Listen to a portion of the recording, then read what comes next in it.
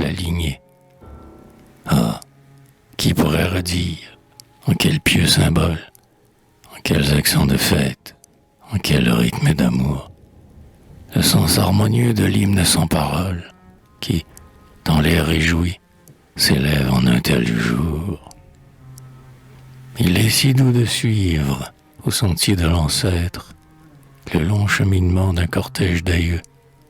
Un invincible émoi nous trouble et nous pénètre, et des pleurs de tendresse éblouissent nos yeux.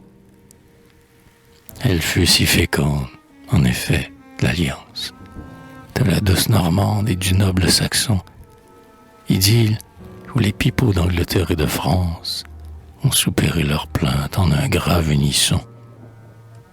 2 siècles ont vu naître et renaître l'aurore, sur la colline où gît l'heureux couple d'antan, et les fleurs de mémoire y frémissent encore, comme sur les tombeaux d'Isolde et de Tristan.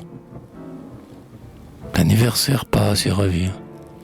La famille célèbre les printemps de ce passé lointain, et le père à son fils, et la mère à sa fille, de Claude et Catherine, évoquent le destin. L'humble postérité de la race qui s'aime, malgré le sort, malgré les temps et leur rigueur, au levant, au couchant, au sud, au nord, et sème, affirmant au soleil sa native vigueur. Du château des Farnsworth, la maison canadienne n'a pas l'air orgueilleux ni le farouche aspect, mais ses pignons en pointe et sa lucarne ancienne, à tous les mécréants, impose le respect. Le maître chevronnait le toit de pièces lourdes. Lui-même il enfonça les étançons du mur. Lui-même il équarrit la poutre et les lambourdes.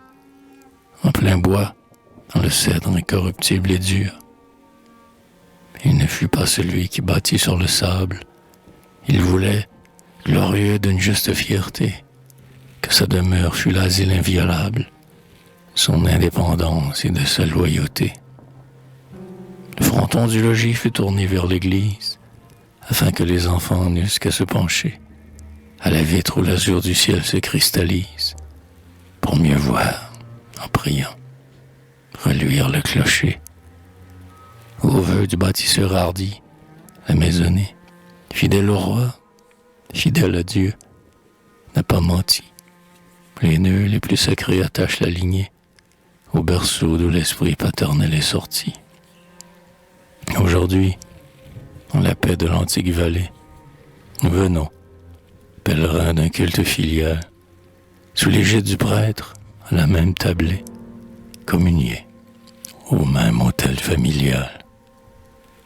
Des hauteurs où coula le flot du baptistère, jusqu'au champ dont la gerbe est offerte au Seigneur, nous arrivent des voix qui ne veulent se taire, et les morts, de plus près, nous parlent de bonheur.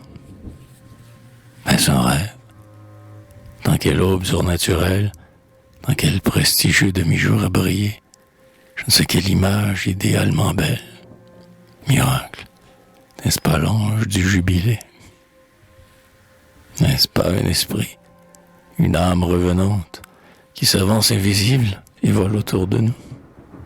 Aux blanches visions d'une immortelle absente, tu fais courber nos fronts et fléchir nos genoux. Oh, chère ombre, un instant, soulève ton long voile. Une femme, une mère auguste, nous sourit. L'opale de la bague au cercle d'or. Étoile, le bouquet nuptial qui dans sa main fleurit. Protectrice des tiens, mère, je te salue. Patronne de douceur, de grâce et de beauté, fais descendre sur nous, âme sainte, âme élue, les bénédictions de ton éternité.